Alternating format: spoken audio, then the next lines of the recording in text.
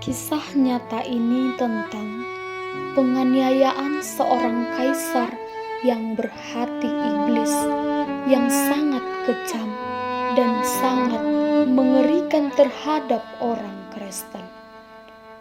Kisah ini terjadi di Roma pada masa pemerintahan Kaisar Nero dari tahun 54 sampai tahun 68 Masehi.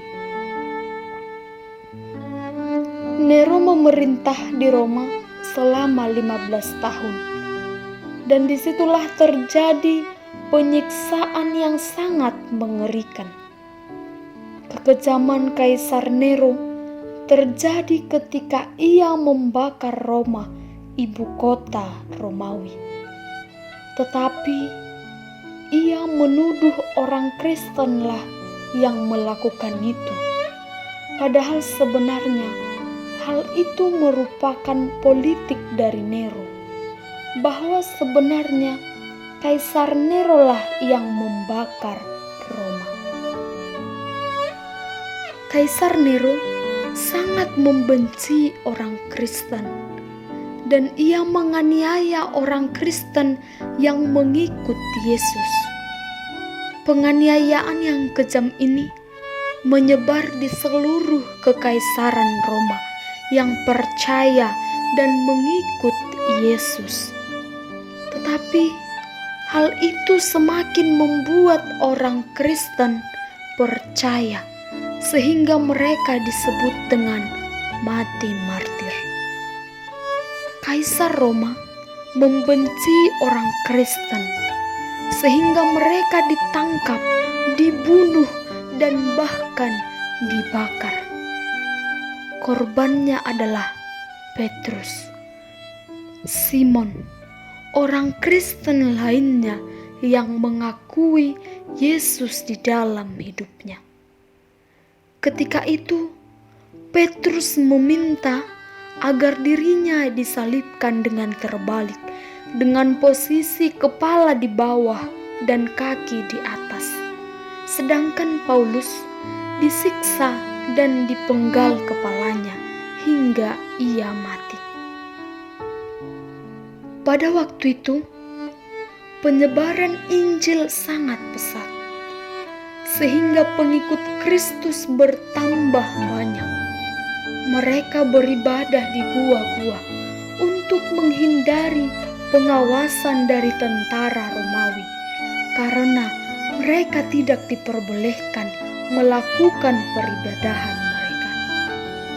Kebencian Kaisar Nero terhadap orang Kristen terlihat ketika Kaisar Nero membakar 14 wilayah di Roma, hanya demi menyempurnakan sebuah puisi dan ingin membangun kota Roma dengan keinginannya sendiri. Orang Kristen yang mengikut Yesus kemudian dibawa ke tempat eksekusi yang sangat mengerikan. Mereka dijadikan makanan para singa yang kelaparan. Banyak raja dari rakyat yang menonton peristiwa penganiayaan orang Kristen.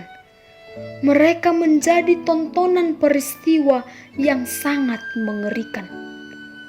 Walaupun demikian, mereka tetap menyebut nama Tuhan dan memuji Tuhan di tempat mereka disiksa.